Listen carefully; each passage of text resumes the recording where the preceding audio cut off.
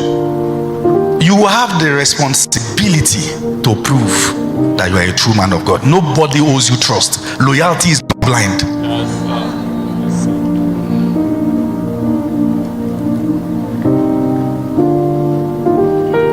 I'm not sure from that moment till now I have ever stepped my feet in an orphanage home. I sent my money, but honestly I just said no.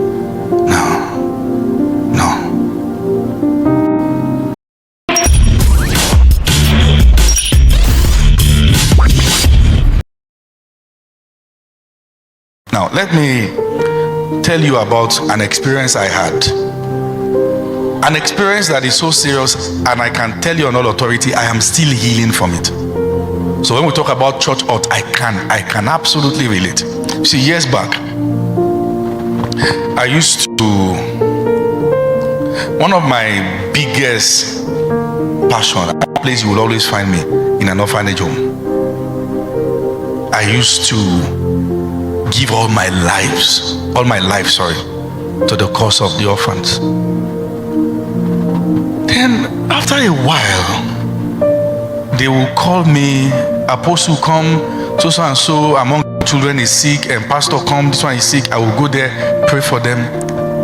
Then I observed that something is wrong. How come when your own children are sick, you don't call me to come and pray for them? You take them to the hospital. When these orphans are sick, you call me to come and pray for them. I'm being used there. I took mental note of that. Our children, I've never prayed for any of our children. They will take them to the hospital. One day, so I went there, and I saw one of the girls. She was probably about 17 then or 18. And I saw that her stomach was swelling. So I asked them a question. Is she pregnant? Said, no, they've done this. So what's happening? These are ascites.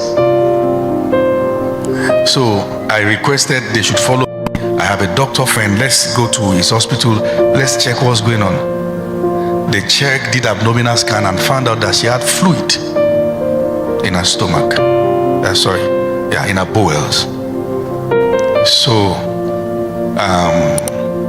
the doctor requested to use catheter to drain the fluid. Did that.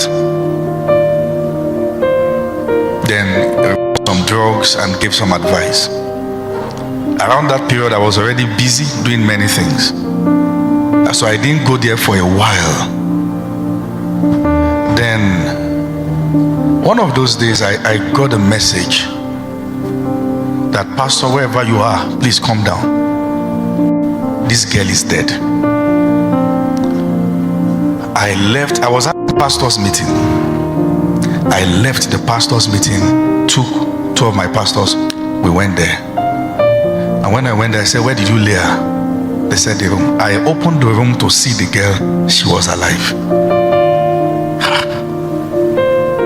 But now her stomach was so big.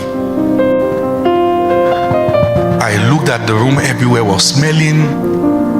But may God keep you alive for your children. It was as though they were just throwing food for her. Everywhere was bad. Even if this girl will not die of this, he can die of abandonment. I took her immediately. I said, we're going to the hospital, the teaching hospital. I didn't have a car. I said, let's charter a vehicle. I said, can I have any of your people follow me? She gave me two of her children. So we're going to move. Then she came back and said, our children can't follow me. That I should please not take her to the hospital. They will arrest her. I said, so you know they will ask you what you have been looking at for this girl to get to this point. I took the girl to the hospital. So we had to put her in the car. What do you mean when a person is still alive and you said the person is dead? Could there be a plan to actually kill her? After all, she's an orphan. Who will ask? Are you seeing the reason why we need systems that vet every organization in the name of charity? So we got to the hospital. Oh, that day I wept. I was talking with the doctors. I had a few people that passed out. So I said, please help me. This is a matter of urgency. They said, we're sorry, we are on strike, this. The younger sister of that girl was the one to help me with another boy. They were bringing her down from on a stretcher from the car. She was holding her your elder sister like field. I said, "God, the only one left on earth with her, and you will do this." I said, "Where do we go now?" He said, "There is an hospital that is also big that we can go to." I called them. Two things: this girl must not die in my hands. I can be arrested. Where are you picking her from? Because now they were not going to accept responsibility. I said, "These people are on strike. We can go so and so place." She said, "Okay." Then she called back and said, "So a doctor has come now. A doctor has come now, and they're going to take care of her. This. So I said, "Are you sure?" I said, "Yes." A senior doctor is here now. They are taking her to go and take care of her." The girl was just crying. So we took her back to the senior doctor, and they assured us that this girl will be well taken care of. Everything is fine.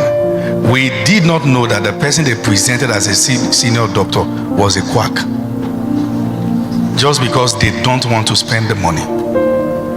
3 days later, the girl finally gave up the ghost. It was in the season.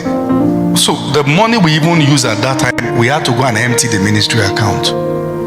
Nobody was going to take responsibility for this. I sat down. I looked at the situation. Who do we trust? From that moment till now, people come and tell me this charity. I look at them and say, "I've seen enough." So if me as a pastor can be traumatized about a charity, how much more people about church? People come to church and the first approach, though, they are looking at you and they are suspecting you. We have seen many like you, only to find out that they are crooks. You have the responsibility to prove that you are a true man of God. Nobody owes you trust. Loyalty is blind.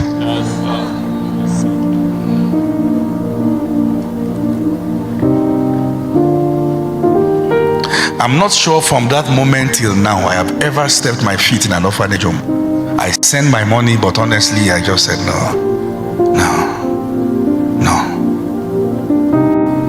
So sometimes you want to ask, who are those who are doing these things genuinely? Because once there is trauma, one of the first things it affects is trust. A girl has served all her life and devoted everything to serve in a church. The man of God took her and raped her, and you expect that she will just get back to church like that. Unfortunately, the church people are now saying, "We stand by our pastor." And you think that girl will not go and open a YouTube page where she will make sure she brings down any pastor? Many of the things we see on YouTube as touching castigation against the church, they are monsters of our own making.